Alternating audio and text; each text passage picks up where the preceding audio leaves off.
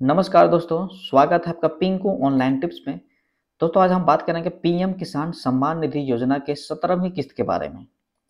17वीं किस्त जो है किन-किन किसानों को आएगी और कब आएगी इसके बारे में हम लोग आज जानेंगे इस वीडियो में। तो जैसे कि हम लोग जानते हैं कि पीएम किसान सम्मान निधि योजना का है, जैसे ही हम लोग गूगल में सर्च करते हैं पीएम किसान, उसके बाद हम लोग यहाँ पे सर्च करने के बाद सर्च करते हैं तो जो पहला हमारे पास ये जो लिंक आता है, इस लिंक में हम लोग क्लिक करेंगे। क्लिक करने के बाद इस लिंक को क्लिक करते हैं तो इसके बाद जो हमारे पास जो पेज खुल करके आता है, तो आप यहाँ पे देखिए जो अभी 16वीं किस्त दी जा चुकी है उसका डेट हम लोग यहाँ देख सकते हैं। जब भी इसका किस्त का जो फाइनल डेट होता है यहाँ पे अपडेट किया जाता है। अब यहाँ पे देखिए, ये आप यहाँ पे देखिए, ये जो 16वीं किस्त है, इस 16वीं किस्त का जो डेट था वो 28 फरवरी 2024 को था। तो इस तरीका से ये जो पीएम किसान का जो किस्त जो होता है वो यहाँ पे अपडेट कर दिया जाता है। जो किस्त का डेट फाइनल डेट होता है यहाँ पे अपडेट कर दिया जाता है कि अगला किस्त कब आने वाला है और उसका डेट क्या है। तो अभी हम लोग जानेंगे कि इसका जो 17वीं किस्त है वो कब आएगी। तो इसके पहले हम यहाँ पे एक लिस्ट आपको दिखाना चाहूँगा। अब ये देखिए, ये पीएम किसान का 2023 और 2024 का हम लोग किस्त के बारे में जानेंगे। जैसा कि हम लोग जानते हैं कि पीएम किसान सम्मान निधि योजना के तहत किसानों को 6,000 रुपया वर्ष में दी जाती है। इसको 3 किस्तों में दिया जाता है, प्रत्येक किस्त में 2,000 रुपया दिया जाता है। तो अभी हम लोग यहाँ पे बात करेंगे 2023 में कि 2023 में जो था कब कब ये तीनों किस्त दिया गया था।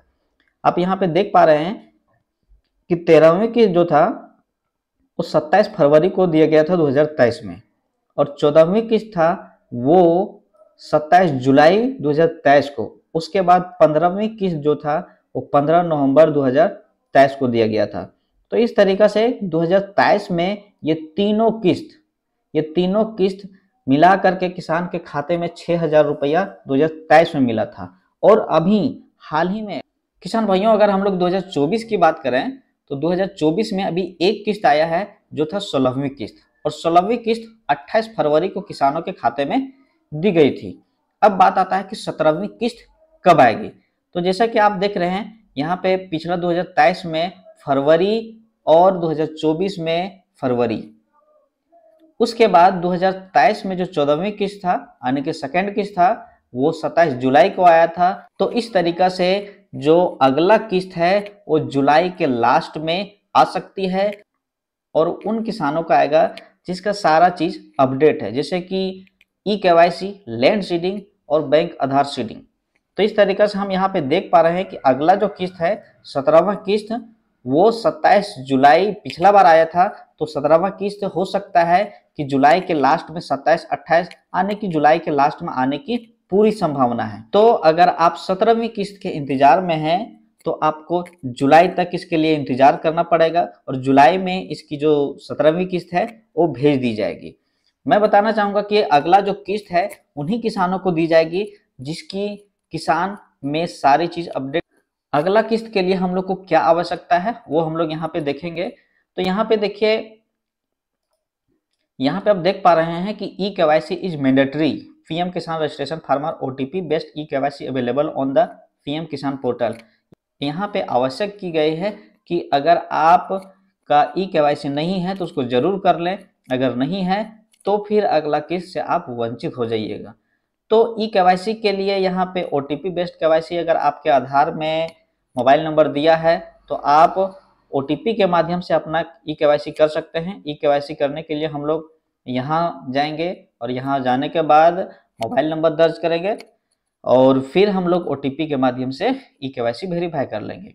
अगर आपको नहीं पता कि ई-केवाईसी कैसे करें तो इसके लिए वीडियो बना हुआ है जो डिस्क्रिप्शन में भी मैं दे दूंगा, और आप प्लेलिस्ट में जाकर के सारी वीडियो को चेक कर सकते हैं और फिर अपना ई-केवाईसी की प्रक्रिया को कैसे पूरा करना है इसको जान सकते हैं। तो अगर आप अपना स्टेटस को चेक करना है कि आपके पीएम किसान में क्या क्या प्रॉब्लम है या फिर सारा कुछ सही है कि नहीं, तो इसके लिए हम लोग को क्या करना है, नो योर स्टेटस में हम लोग यहाँ पे क्लिक करेंगे। ये जो नो योर स्टेटस है यहाँ पे हम लोग क्लिक करेंगे। तो यहाँ पे जब हम लोग क्लिक करते हैं तो क्लिक करने के बाद इसमें हम लोग को लॉगिन हो जाना है। लॉगिन होने के लिए यहाँ पे हम लोग को रजिस्ट्रेशन नंबर डालना है, यहाँ पे रजिस्ट्रेशन नंबर डालना है और ये जो कैप्चा है वो हम लोग यहाँ पे डालेंगे और उसके बाद गेट ओटीपी में क्लिक करेंगे और फिर हमारे पास मोबाइल नंबर में ओटीपी आएगा। तो इसको हम लोग कर लेते हैं। अगर आपको रजिस्ट्रेशन नंबर नहीं पता है तो यहाँ से आप नो योर रजिस्ट्रेशन में क्लिक करेंगे और इसके बाद यहाँ से हम लोग रजिस्ट्रेशन नंबर प्राप्त करेंगे। इसमें करना क्या है कि हम लोग नो योर रजिस्ट्रेशन में क्लिक करेंगे। जैसे ही नो योर रजिस्ट्रेशन में क्लिक करते हैं तो आप मोबाइल नंबर या फिर आधार नंबर, ये दोनों में से किसी के माध्यम से यहाँ हम लोग दर्ज करेंगे, फिर उसमें ओटीपी आएगा। जैसे कि यहाँ पे हम मोबाइल नंबर अगर चुन लेते हैं, जो हम लोग मोबाइल नंबर दिए थे, आप आधार नंबर भी चुन सकते हैं। उसके बाद यहाँ पे हम लोग मोबाइल नंबर लिखते हैं, उसके बाद कैप्चा डाल करके हम लोग गेट मोबाइल ओटीपी करते हैं। तो यहाँ पे हमारे पास ये ओटीपी लिखने का ऑप्शन आ जाता है। तो हम यहाँ पे ओटीपी लिखने के बाद गेट डिटेल में क्लिक करते हैं और गेट डिटेल में जैसे ही क्लिक करते हैं तो हमारे सामने ये जो रजिस्ट्रेशन नंबर है वो प्राप्त हो जाता है। रजिस्ट्रेशन नंबर हम लोग को प्राप्त हो जाने के बाद इसको हम लोग क्या करेंगे, फिर से हम लोग पीएम किसान में जाते हैं और उसके बाद नो योर स्टेटस में क्लिक करेंगे और नो योर स्टेटस में क्लिक करने के बाद अब यहाँ पे हम लोग को क्या करना है, रजिस्ट्रेशन नंबर डालना है और रजिस्ट्रेशन नंबर डालने के बाद फिर हम लोग यहाँ पे जो कैप्चा है वो लिखेंगे और कैप्चा लिखने के बाद फिर हम लोग यहाँ गेट ओटीपी है उस पर हम लोग क्लिक करेंगे और जैसे ही हम लोग गेट ओटीपी में क्लिक करते हैं तो फिर से जो मोबाइल नंबर जो अभी हमारे पास था उसमें ओटीपी गया है, यहाँ पे शो भी कर रहा है कि लास्ट में जो मोबाइल नंबर है वो 2085 है। इसमें हम लोग क्या करेंगे, जो ओटीपी आया है वो ओटीपी हम लोग फिर से यहाँ पे लिखेंगे और लिखने के बाद फिर गेट डाटा में हम लोग क्लिक करेंगे और जैसे ही हम लोग गेट डाटा में क्लिक करते हैं तो हमारे पास एक नया पेज खुल करके आता है और उसके बाद यहाँ पे देखिए एलिजिबिलिटी स्टेटस है, इसको हम लोग क्लिक करेंगे।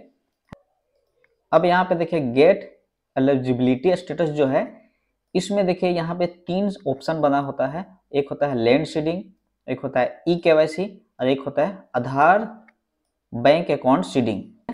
ये तीनों यस होना बहुत जरूरी है। अगर ये तीनों यस नहीं है तो अगला जो भी किस्त है आपको नहीं प्राप्त होगा और अगला किस्त प्राप्त करने के लिए आपको ये तीनों यस करना जरूरी है।